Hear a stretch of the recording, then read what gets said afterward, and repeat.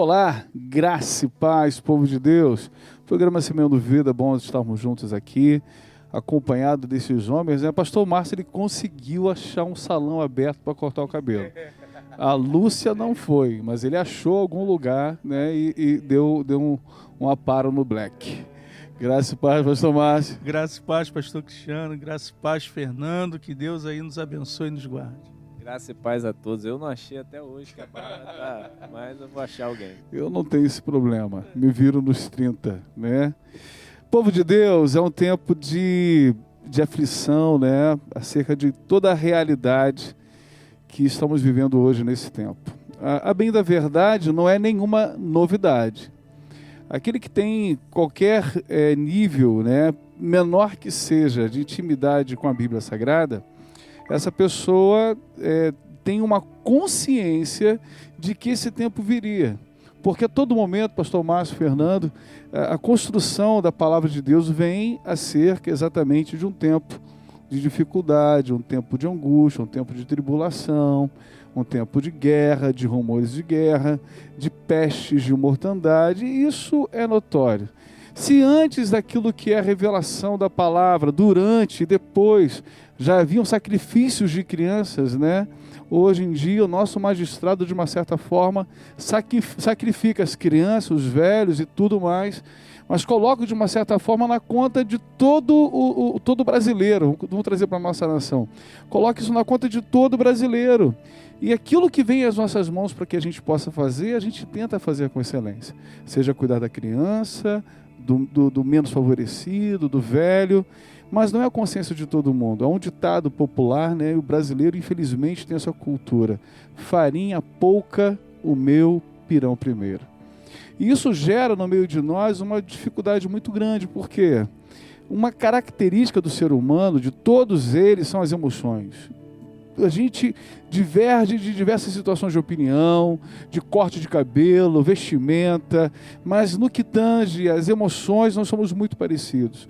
E há uma realidade hoje, não só no povo brasileiro, mas no mundo, que é esse sentimento, né, de ansiedade, de preocupação, de ocupar-se com algo que ainda não aconteceu, essa angústia do amanhã, e esse amanhã que não chega. Para quem está sem trabalhar já há 3, 4, 5 semanas, esperar mais uma é a morte, é o desespero.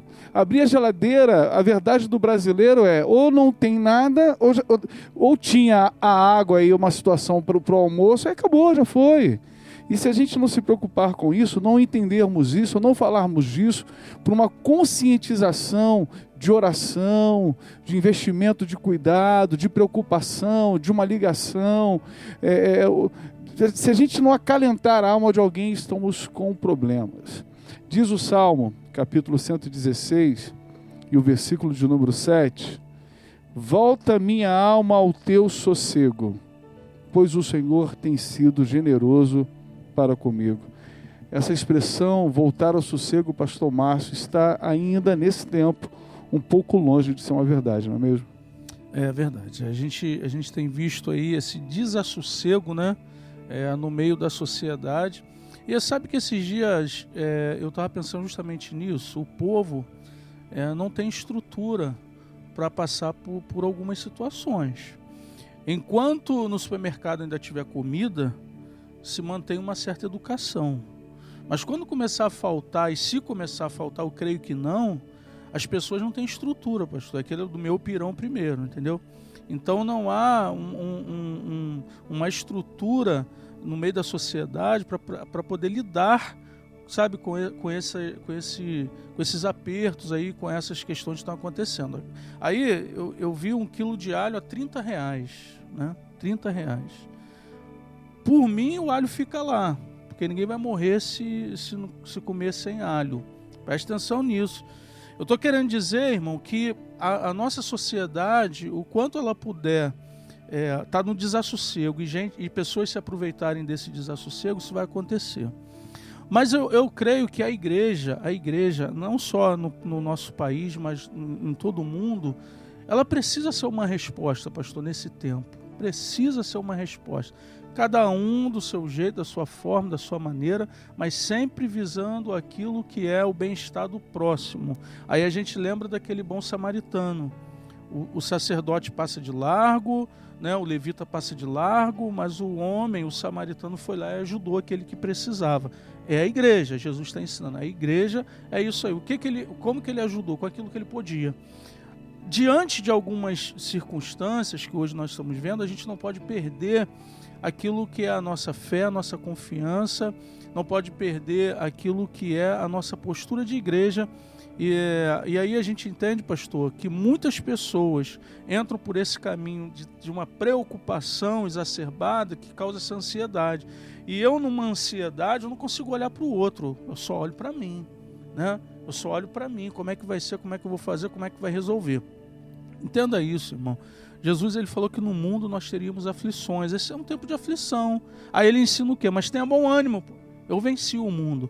Então o que você precisa ter e o que eu preciso ter, ainda no meio dessa aflição, é esse bom ânimo. É acreditar que o homem paralisou algumas coisas na terra. Eu estava falando isso outro dia. Mas ninguém pode paralisar Deus, pastor. Então Deus continua agindo. Deus continua trabalhando, né, Fernando? Desequilíbrio, né, pastor? Desequilíbrio, ele gera ansiedade. E um exemplo também, há pouco tempo atrás que nós tivemos, foi a crise dos combustíveis, lembra? Onde o povo reivindicou, os caminhoneiros paravam, ao invés do povo aderir, não, o que eles fizeram? Foram para os postos de gasolina colocar a gasolina a quase R$6. Não sei se os senhores lembram, uma coisa bem recente. E diz assim a Bíblia: a ansiedade sobrecarrega o coração do homem, mas a boa palavra alegra o coração. Então, que nesses momentos de pandemia, nesses momentos de crise, né, nós como cristãos, a nossa igreja, todas as igrejas venham a ser essa boa palavra, né, essa boa resposta ao coração daqueles que estão aflitos, daqueles que estão sobrecarregados, daqueles que estão desequilibrados e daqueles que estão nesse momento aí de ansiedade. Então, que os seus gestos, as suas atitudes, o seu comportamento, o seu testemunho, né, seja um testemunho de boa palavra. Que através de você o coração das pessoas venha a ser alcançadas realmente, né, com uma boa palavra, um bom testemunho. Porque eu creio que o crente ele tem que ser luz onde ele for, ele tem que ser sal. Então que realmente, assim como diz lá em Provérbios, a gente venha a ter essa boa palavra, ser efetivamente essa boa palavra, ser efetivamente cristãos, né, ser igreja, que nós venhamos a fazer e ser esse diferencial na vida daqueles que estão ansiosos e estão desequilibrados nesse momento.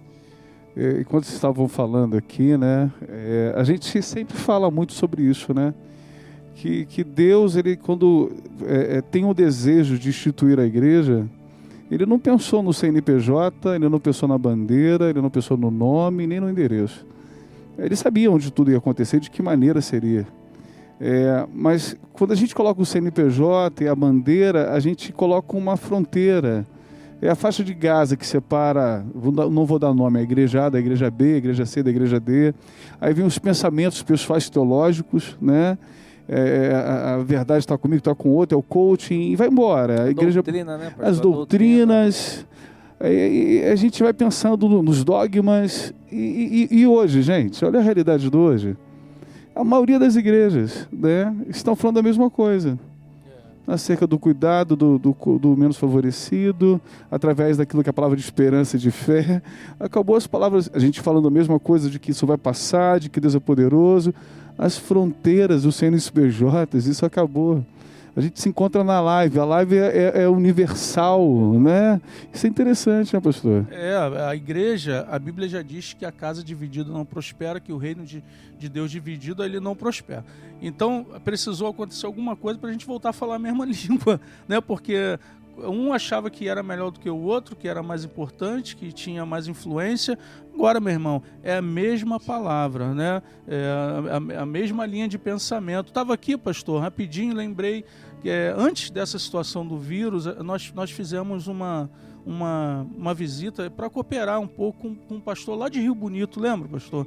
Ali, por questão de enchente, aquela igreja estava se movendo para ajudar o próximo. Eu lembrei deles aqui, porque não deu para parar, porque passou a enchente, mas entrou o coronavírus. Então eles estão naquela atividade, uma igreja, irmão, na beira da estrada, lá em Rio Bonito, mas ajudando tanta gente ali, né? E tanta gente cooperando com aquela obra também. Já antes, irmão, do Covid, a igreja já trabalhava. Igreja que vive o evangelho. Antes de qualquer situação, a gente sempre conseguiu enxergar aquilo que era necessidade do outro.